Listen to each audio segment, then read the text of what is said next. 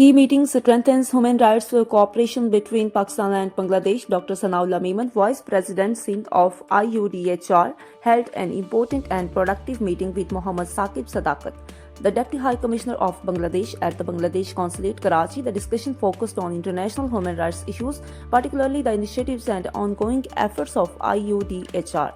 Dr. Memon also briefed the Deputy High Commissioner on new projects aimed at strengthening regional cooperation in human rights advocacy.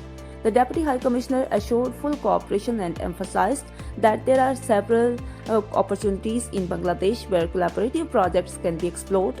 He reaffirmed Bangladesh's willingness to work closely with IUDHR on future initiatives. Dr. Sanaullah Memon expressed a sincere gratitude for the warm welcome and support, highlighting that such engagements help further strengthen friendship, mutual understanding and cooperation between Pakistan and Bangladesh. The meeting is being viewed as a significant step toward enhancing bilateral collaboration in the field of human rights and diplomacy.